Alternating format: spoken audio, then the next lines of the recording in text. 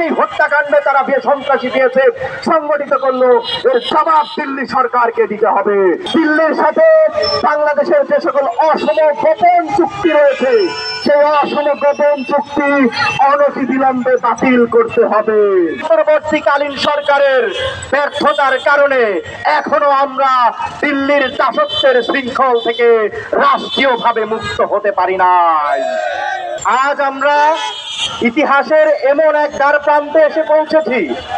আমরা প্রত্যাশা করেছিলাম জুলাই গণঅভ্যুত্থানের পরে আমরা আঞ্চলিক পূর্ণ স্বাধীনতা এবং সার্বভৌমত্ব নিশ্চিত করতে পারবো, কিন্তু আমরা দেখেছি এই অন্তর্বর্তীকালীন সরকারের ব্যর্থতার কারণে এখনো আমরা দিল্লির দাসত্বের শৃঙ্খল থেকে রাষ্ট্রীয়ভাবে মুক্ত হতে পারি নাই। আমরা দেখতে পাই এখনো পর্যন্ত ঢাকা দিল্লির মাঝে যেই সকল অসম চুক্তি ছিল, সেই অসম চুক্তিগুলো বাতিল করা হয় নাই। আপনারা কাকে ভয় পাচ্ছেন?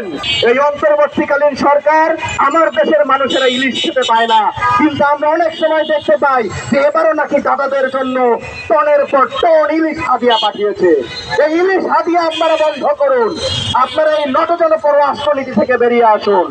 আমরা সুস্পষ্ট ভাষায় ঘোষণা করতে চাই, আমাদের সীমান্তে যত বাংলাদেশি ভাই এবং বোন যারা বিএসএফ এর গুলিতে কিংবা বিএসএফ এর দ্বারা হত্যাকাণ্ডের শিকার হয়েছেন, প্রত্যেককেই রাষ্ট্রীয়ভাবে তাদের ক্ষতিপূরণ নিশ্চিত করতে হবে এবং এর সুষ্ঠু তদন্তের মাধ্যমে বিএসএফ এর সন্ত্রাসীদেরকে প্রয়োজনে আন্তর্জাতিক আইনের মাধ্যমে তাদেরকে বিচারের মুখোমুখি করতে হবে।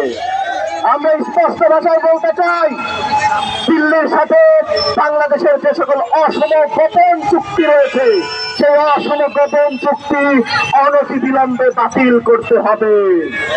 এবং আমি স্পষ্ট ভাষায় বলে দিতে চাই, আর কখনো যদি এই সন্ত্রাসী বিএসএফ আমাদের দিকে চোখ তুলে তাকায়, পুরো বাংলাদেশ সীমান্তরক্ষী বাহিনীর সাথে থাকবে।